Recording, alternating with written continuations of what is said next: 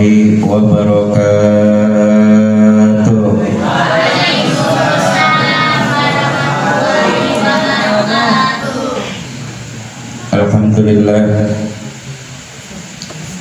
Alhamdulillahilladzi arsala rasulahu bil huda wa dinil haq liyudhhirahu ala dini kullih walau karihal kafirun. Asyhadu an la ilaha illallah wahdahu la syarikalah wa asyhadu anna Muhammadan abduhu wa rasuluhu la nabiyya ba'da amma ba'du. Angkat tangan semua. Qala rabbi shrah sadri wa yassir li amri wahlul 'uqdatam min lisani yafqahu qawli. Amin amin ya Allah ya rabbal alamin. Sadaqallahul azim. Puji dan syukur marilah bersama-sama kita panjatkan kehadirat Allah Subhanahu wa taala yang alhamdulillah pada kesempatan malam ini kita masih diberikan berbagai macam kenikmatan oleh Allah Subhanahu wa taala, terutama nikmat yang paling besar yaitu nikmat iman dan Islam, serta nikmat sehat jasmani maupun rohani, serta nikmat panjang umur yang alhamdulillah pada kesempatan malam ini atas nikmat Allah Subhanahu wa taala kita masih bisa berkumpul dan bermuajahah di Majlis Nurul Hikmah ini guna menggugurkan kewajiban kita yaitu thalabul ilmi. Mudah-mudahan kita semuanya mendapatkan ilmu yang bermanfaat di dunia dan di akhirat. Amin. Dan mudah-mudahan pula kita termasuk anak yang soleh dan soleha dan anak yang berbakti kepada kedua orang tua. Amin amin ya Allah ya rabbal alamin. Salawat dan salam semoga tercurah limpahkan ke baginda alam yaitu Habibana wa Nabiyana wa Maulana Muhammadin sallallahu alaihi wasallam. Hadirin jamaah yang insyaallah dimuliakan oleh Allah Subhanahu wa taala. Pada kesempatan malam ini saya perhatikan matanya udah mulai 5 watt, udah mulai ngantuk, udah mulai lelah, rasanya mau cepat-cepat ingin pulang, dan kemudian merebahkan badannya di kasur yang empuk. Rasanya kalau kita lagi di pengajian, tapi begitu pulang insya Allah yang tadinya ngantuk seger lagi, benar? Yang tadinya capek jadi kuat lagi, benar?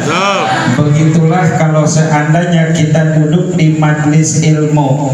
Karena ketika kita duduk di majlis ilmu, di majlis yang penuh rahmat Allah Subhanahu wa taala, nih setan semuanya menebarkan racun-racun, benih-benih bisa-bisa agar kamu tidak mendengarkan apa yang disampaikan oleh guru kamu, agar kamu pikirannya kacau, agar kamu tidak mendengarkan hikmah-hikmah Allah Subhanahu wa taala. Nih lagi duduk khusyuk, setan taburin tuh pantat kamu dengan debu-debu beracun. Akhirnya gusak gesek kadang-kadang yang hitut ya, gusak gesek akhirnya tidak konsentrasi. Yang tadinya kuping kamu udah niat banget khusyuk mau ngedengerin, dikorek-korek tuh ya, dikorek-korek sama iblis, ditiupin supaya apa? Supaya teman kamu itu ngajakin ngobrol itu. Makanya nih kalau lagi di pengajian kita gundah gulana terus ya, gundah gulana terus, enggak tenang terus, apalagi ketika mendengarkan hikmah Allah Subhanahu wa taala, enggak tenang karena setan selalu menggoda orang yang taat kepada Allah Subhanahu wa taala. Karena kita duduk di majlis ilmu, ini adalah merupakan suatu bentuk taat kita kepada Allah Subhanahu wa Ta'ala. Mudah-mudahan nih yang duduk di sini, saya selalu berdoa siapapun dimanapun di majelis manapun, mudah-mudahan anak-anak laki-laki ataupun perempuan ketika duduk di majelis ilmu, mudah-mudahan menjadi anak yang soleh dan soleha. Amin. Mudah-mudahan jadi anak yang berbakti kepada kedua orang tuanya. Amin. Amin ya Allah ya Rabbal. Berbicara tentang berbakti kepada kedua orang tua, ya, berbakti kepada kedua orang tua ini asbabul ada kita, berarti ada orang tua. Kalau misalnya tidak ada orang tua, berarti tidak ada kita. Nih dulu ada kisah, ceritain jangan. Ceritain jangan. Ngantuk enggak? Ngantuk enggak? Ngantuk. Waduh, kurang ngopi. Jadi dulu di zaman Rasulullah Shallallahu Alaihi Wasallam, ini ada orang laki-laki yang paling taat banget sama orang tuanya. Ada laki-laki yang paling taat sama ibunya. Siapa? Mungkin di antara kamu sudah kenal banyak kisah-kisah yang diriwayatkan. Kamu banyak baca kisah Nabi, kisah para Rasul. Siapa namanya? Namanya Uwais Al-Qarni, ya, Uwais Al-Qarni. Nih Abu Bakar Siddiq sama Ali radhiyallahu anhu disuruh sama Rasulullah Shallallahu Alaihi Wasallam suruh mendatangi Uwais Al-Qarni, sebab Uwais Al-Qarni ini adalah paling terkenal di mana? Di langit, paling terkenal di penduduk langit. Terkenal apanya? Terkenal berbaktinya kepada ibunda Uwais Al-Qarni. Masya Allah, ya. Tinggal kita pilih, mau kita terkenal di dunia apa terkenal di langit, tinggal kita pilih itu. Ini Abu Bakar Siddiq dengan Ali disuruh Rasulullah Shallallahu Alaihi Wasallam datang kepada Uwais. Untuk apa? Untuk minta doanya agar Abu Bakar bin Siddiq kemudian Ali didoakan oleh Uwais agar dosanya diampuni oleh Allah Subhanahu wa Ta'ala. Luar biasa, ya. Ini Uwais, ya. Ini Uwais anak yang paling taat, anak yang paling berbakti kepada ibundanya. Padahal Uwais ini punya penyakit, ya. Uwais ini punya penyakit belang, ya, punya penyakit belang. Nih Uwais tapi taatnya sama ibunya luar biasa. Nggak ada yang bisa mengalahkan ketaatan Uwais, ya, dengan orang lain. Uwais orangnya, pemudanya paling taat. Apa buktinya? Buktinya nih, ya, di suatu hari nih ibunya Uwais mau pergi haji, ya. Dari zaman ke Mekah itu jauh. Kalau orang-orang yang berduit perginya naik onta, menyiapkan perbekalan yang banyak. Tapi Uwais karena tidak mampu, bingung, ya, bingung karena orang tuanya ini mau minta haji. Nah kemudian Uwais beli lembu. Tahu lembu? Lembu tahu nggak? Lembu? Sapi kali ya? Sapi. Zaman dulu lembu, ya. Nih kandang lembu ditaruhnya di atas puncak, ya. Tiap hari Uwais masukin, Uwais gendong itu lembu. Kalau pagi Uwais turunkan, Uwais gendong itu lembu. Sapi digendong, ya. Sampai-sampai orang di sekitarnya bilang lama-kelamaan Uwais stres, ya. Lama-kelamaan Uwais stres. Sapi digendong dari bawah naik ke atas, dari atas turun ke bawah. Nah, orang bilang bingung, wes lagu apa? Kalau zaman sekarang udah kita naonan sih, kelakuannya gitu-gitu amat. Sampai berapa bulan? Sampai 8 bulan wes lakukan seperti itu, sampai berat lembutnya itu 100 kilo. Berarti kan luar biasa berat, tapi wes kuat. Tujuan wes yaitu latihan agar bisa menggendong ibunya dari Yaman pergi ke Makkah. Tuh ya, maksudnya seperti itu. Kemudian pas waktu musim haji datang, wes gendong tuh ibunya di punggungnya sampai di Makkah. Ketika tawaf, Masya Allah, ketika tawaf wes muter gendong-gendong emaknya sambil wes ya, menyucurkan air mata. Terlaksanalah, tercapailah keinginan ibuku ya, tercapailah.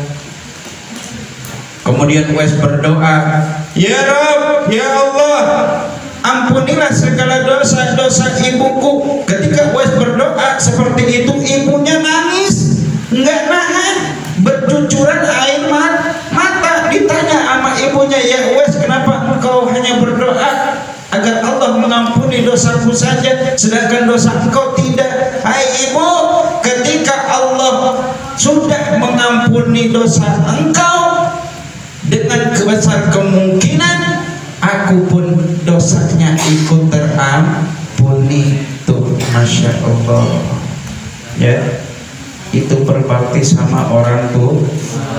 Ada enggak zaman sekarang begitu? Ada enggak anak yang begitu? Enggak ada kayaknya. Masya Allah. Kemudian datang laki-laki kepada Rasulullah, ya Rasulullah, saya punya orang tua, ibu dan bapak. Siapakah orang tuaku yang harus aku muliakan dan aku hormati terlebih dahulu? Apa kata Rasul? Ibu. Balik tuh, simpel jawabannya kan. Keesokan harinya datang lagi, ya Rasulullah, siapa lagi yang harus aku hormati dan aku muliakan? Jawab Rasul, ibu. Berapa kali itu? Dua kali. Keesokan harinya datang lagi, ya Rasulullah, siapa lagi? Ibu. Nah, kira-kira kalau ada yang tanya sama kita, nggak beres-beres, gedek nggak kita? Kesel nggak? Nanya lagi, kesel nggak? Kesel. Kok udah dikasih tahu masih nanya aja? Tapi Rasul enggak. Itulah mulianya apa Rasulullah Shallallahu Alaihi Wasallam. Kemudian datang keempat kalinya, siapa lagi ya Rasulullah? Baru Bapak. Masya Allah. Saking wajibnya kita berbakti kepada kedua orang tua, Allah berfirman di dalam surat Al-Luqman, ya, Allah berfirman di dalam surat Al-Luqman ayat 14, wa wasainal insana biwalidayhi, dan aku wajibkan engkau agar menghormati kedua orang tua. Hamalathu ummuhu wahnan ala wahnin, ibunya mengandung dengan keripuhan yang sangat lemah. Masya Allah.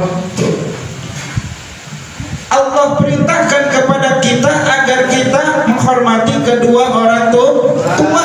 Lihat, wa ummuhu wahnan ala wahnin, dan ibunya mengandung lemah yang teramat. Tuh, makamu kalau lagi ngandung, Masya Allah,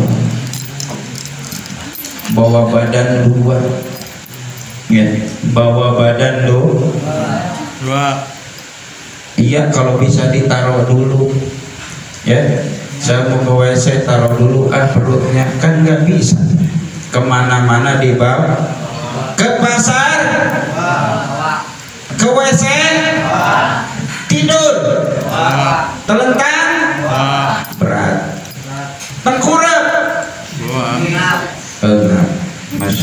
itu makin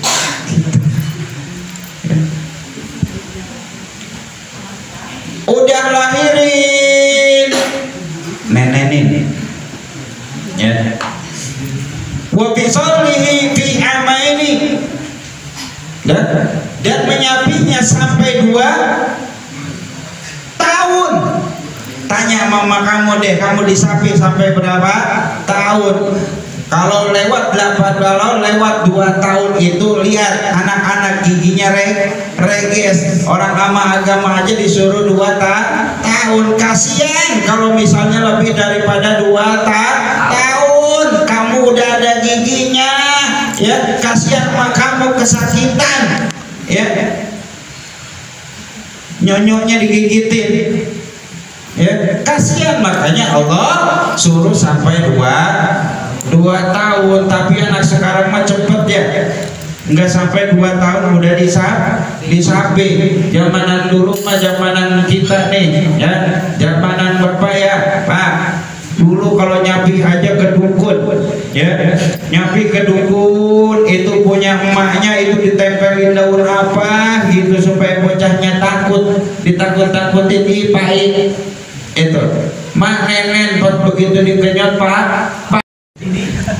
Masya Allah, itu 2 tahun Allah suruh kamu disapi. Anishkurli, maka harus bersyukur li kepadaku kata Allah, dan kepada kedua orang tua tuh ya. Makanya bersyukur kepada orang tua. Makanya harus berbakti. Dengan cara apa? Nih saya kasih tahu. Yang pertama, taati perintah orang tua selama perintah orang tua itu tidak ke jalan maksiat. Tuh yang pertama. Selama perintahan apapun yang orang tua kamu perintahkan, selama perintahan itu tidak menjerumuskan ke dalam maksiat, ke dalam yang dilarang Allah, kamu wajib ikutin, tidak boleh membantah. Apalagi kalau disuruh ngaji, kalau disuruh sekolah, ikutin dong ngaji.